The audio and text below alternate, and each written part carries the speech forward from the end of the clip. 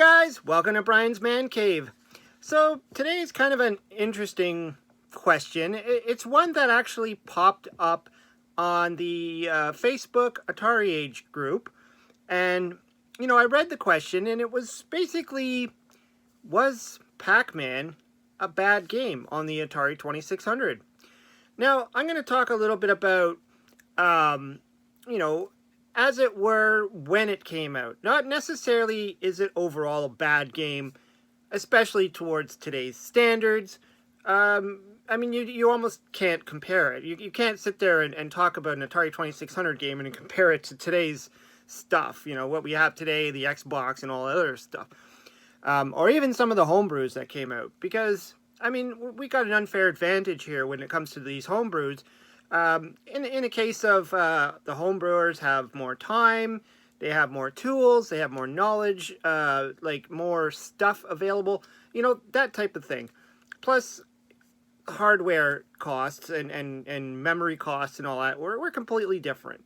So in all fairness, yeah, we can't really compare too much about today's world. I want to go back to when this came out and talk about, was it a bad game? Now, of course, people get tripped up by that question. They're going to jump on it and be like, well, yeah, it was a bad game. It didn't do what I wanted it to do. It was a bad game. Now, I can argue that and say, sure, it didn't. I think in a lot of cases, what the problem is, and it's not that necessarily this is a bad game. I think what happened was the expectation was too high. And I think people loved Pac-Man. Obviously, Pac-Man is a staple in the retro gaming world. Video games in general. The whole dot gobbling character spawned a lot of clones and games that are just like it, like Mousetrap and Ladybug, and there's a lot of games that just kind of followed suit with the let's take a character and eat some dots. But when this was released back in '81, people already had an expectation of what they were hoping to see. They wanted to see what they saw in the arcade. They wanted to see that very same familiar-looking board. And what they got was something different. What they got was a kind of an odd-colored, you could see it's like blue and yellow and things were just off. The board shape was different. Now, there's some limitations with the Atari 2600. We get that. It's on a TV, so it's a different format than on an arcade, so it's stretched out a little bit more. So that's pretty much what, that's what we got as a game. Now, I think the hype was part of the reason. They advertised the crap out of this thing. This was going to be, the Christmas present everybody needed. And the advertising in the magazines and all that stuff. Now, mind you, I wasn't one of the people that had an Atari back in the day. I didn't have one, so I didn't have any Pac-Man games. In fact, I had an Intellivision, and they did have a Pac-Man game for the Intellivision. I'm trying to remember when this was released, but even then, when I was a kid, I didn't have this. I didn't have a Pac-Man game. Closest I had to anything Pac-Man was Lock and Chase, which is, again, dot gobbling style of game. But when this came out, people were, I think their standards were a little high. They were expecting to put this into their Atari and get arcade quality. Now, it's not that it's impossible to do it. We know it's possible to do it because it exists now. There's, I think it's called Pac-Man 4K, or something like that. There's homebrews and stuff and hacks and all that stuff where they've done little improvements. There's even a hack of the original where they just corrected the color scheme and kind of tweaked it a bit. Now, let's look at the game itself. Where the problems lied and why people were disappointed. Obviously, the color was one big one. Sound was another one. Pac-Man itself doesn't have a large amount of sound in there, but it does have a very distinguishing sound, and when you put in the Atari one, you don't get that. In fact, if you're a fan of the Atari Creep, he uses that little jingle for his openings in his videos. It's kind of like a dee-doo-dee, like it's not even, I don't even know, I can't even describe where they even got that from. It was just, They didn't even try to match the arcade sound. And I think that that's fine. They said, hey, this is not the arcade, this is the Atari, so we're going to do our own thing. Another thing is, and I was, I did some research, a little bit of research, but I was looking around at the game. I was looking at the programmer, Todd Fry.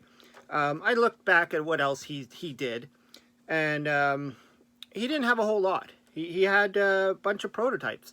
In fact, the only other game that he looks like he programmed that actually made a release was the Sword Quest Fire World. And those Sword Quest games themselves, I don't know. I've tried to enjoy them. I just don't know what's going on. But he did make a few good prototypes. He made the Xevious prototype. He made the Shooting Arcade, which I'm not familiar with, and Save Mary, which I have played. I think I played it on the Flashback console. It's a kind of an interesting game, really good game. So he did have some programming skills. So it's not because of that we're going to look at. But there was other changes that were noticeable. I mean, instead of eating dots, you're eating wafers. You could even see it there. They're rectangular square shapes, almost like you're eating chiclets or, some kind of wafer thing. What else? They changed the fruit. There's no fruit. There's a little square, what they call a vitamin. Some people call it those little pretzel snacks, like a combo. Kind of looks like that too. So that was visibly different. And in the original Pac-Man, the fruit moved. You had to go and get it. You got the bonus points. This, it just shows up in a fixed location on the screen. Again, we have to look at the days that this came out, the timing, the budgets. I'm sure the programmer probably wanted to do a better job, but maybe ran out of time or budget or whatever. It's kind of the same thing that we say with E.T. A lot of people like to say that this is the worst game ever, or this was a bad game, and I always disagree with that. I always disagree. This is an amazing game. If you look at what Howard Scott Warshaw had to do to get this thing to work, the amount of time he had, and how different it is from every other game out there during those days, he pulled off an amazing feat. And I've said this before, Howard could have easily just did a Pac-Man ripoff, made E.T. the head, and then he's eating Reese's Pieces. He could have done that. And I think, actually, I read an article where Steven Spielberg wanted a Pac-Man game. So who knows what would have happened if Howard Scott Warshaw took that route instead of making a E.T. game the way it is and made a Pac-Man game. Would it have been better than the original Pac-Man? Who knows?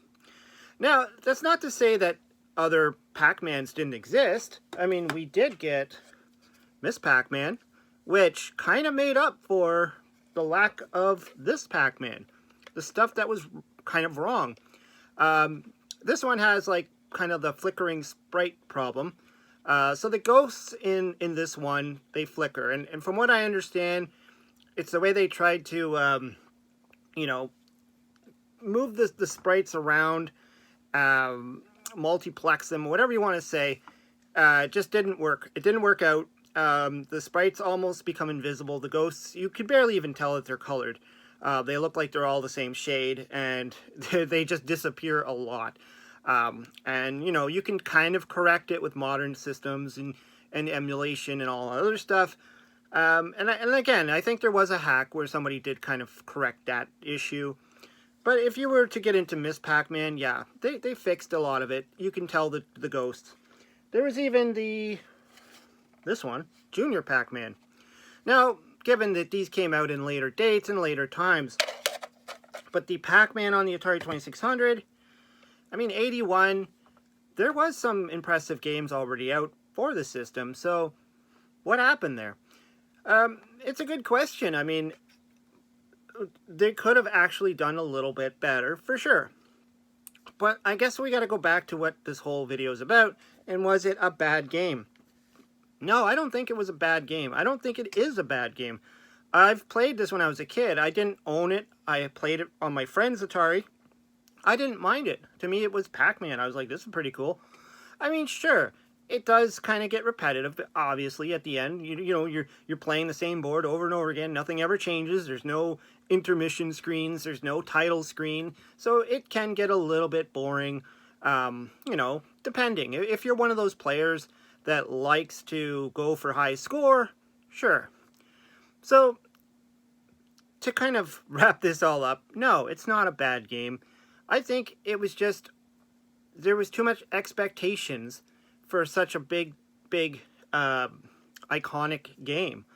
And maybe if they spent a little bit more money, time, whatever, to put it out in a better format, it probably would have been a great game.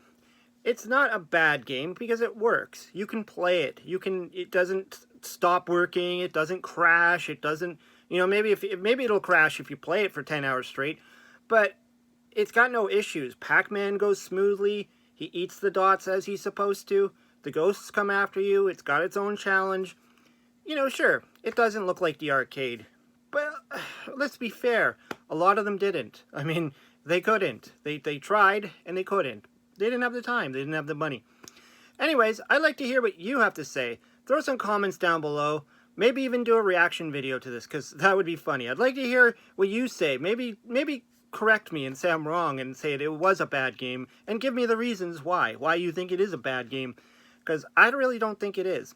Anyways, throw some comments down below. Hope you subscribe, and we'll talk to you later.